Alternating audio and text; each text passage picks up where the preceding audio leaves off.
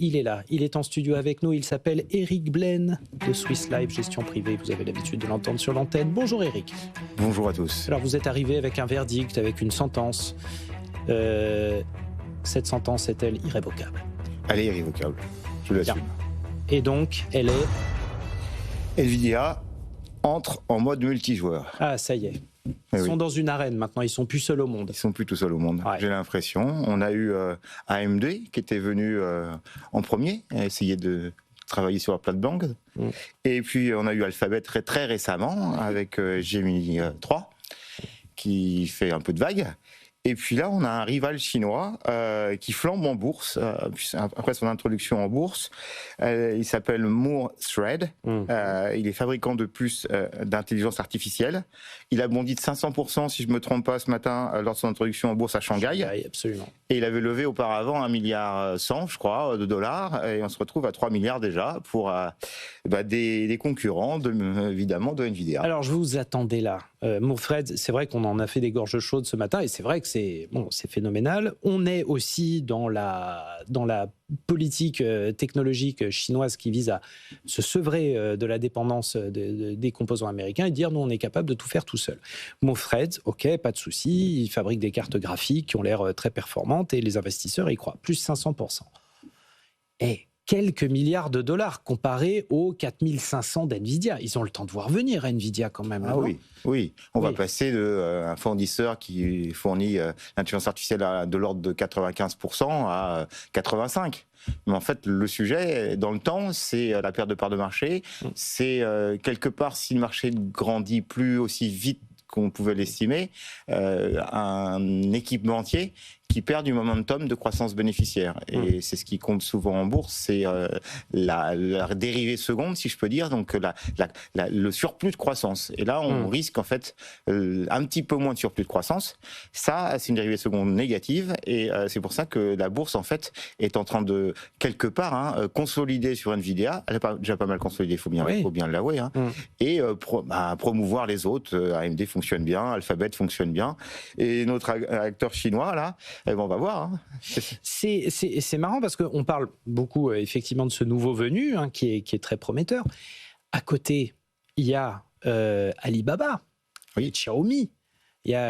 Alors là, pour le coup, ont la taille critique et ont l'avantage, un petit peu comme les Google et les Amazon, d'être des chercheurs et développeurs de hardware, mais d'avoir aussi tout un tas d'autres activités autour pour fournir de la trésorerie, du bénéfice, pour réalimenter cette recherche. Est-ce que, en se lançant comme ça un peu à découvert, Moore Thread, il n'y est pas allé un petit peu trop fort, j'allais dire? Alors, pour être honnête, je ne sais pas vraiment répondre à cette question. Ce qui est sûr, c'est que, en fait, Nvidia va avoir des concurrents. Ça, je crois que c'est sûr. Alors après, est-ce que Tencent va se mettre en piste? Est-ce que c'est Alibaba qui va arriver? Et en plus, est-ce que Moore Thread a un avenir clair? Là, je ne peux pas répondre à cette question.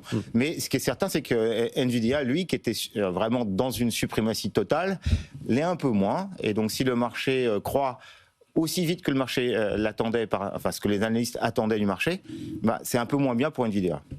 Alors, j'allais vous dire, Eric, nous, à côté de ça, on est totalement largués en Europe. On voit Nvidia, on voit Moore Threads. On a le chat machine. Voilà, oui. Mais il marche bien et HSBC l'a adopté. C'est quand même, là, c'est quand même une sacrée victoire. Je l'utilise. Voilà, ça marche bien, c'est efficient et c'est assez orienté vers les entreprises. Donc, c'est intéressant. Maintenant, on a aussi des acteurs chez nous, mais alors qui galèrent complètement, comme disent les jeunes, à rentrer dans ces dynamiques. Regardez OVH Cloud, qui avait pourtant théoriquement un boulevard devant lui. Là, le titre perd encore 15% aujourd'hui, et c'est vraiment très, très, très compliqué. Alors, OVH, c'est vraiment très compliqué. On a donc un titre qui s'est effondré depuis que le fondateur, en fait, s'est éloigné et est devenu président. Il a décidé de revenir à la direction générale, ce qui en soi est une chose certainement positif, le marché n'avait pas réagi très négativement, mais ils vendent ces titres.